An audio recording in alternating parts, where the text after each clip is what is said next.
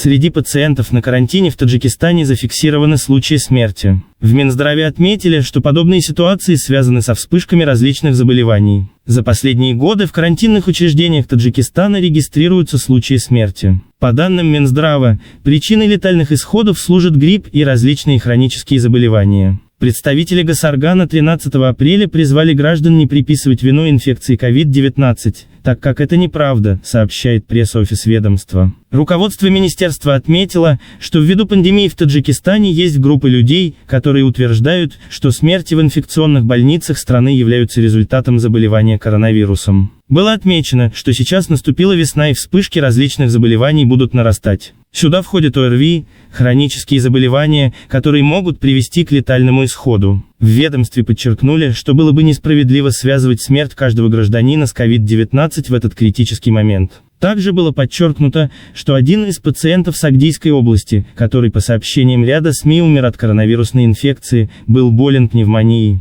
По словам министра здравоохранения Насима Алимзода, в текущих условиях лучше полагаться на официальные источники информации. По состоянию на 13 апреля на карантине в Таджикистане находится 1836 граждан, включая 5 иностранцев. Из больниц в общей сложности было выписано 5724 человека.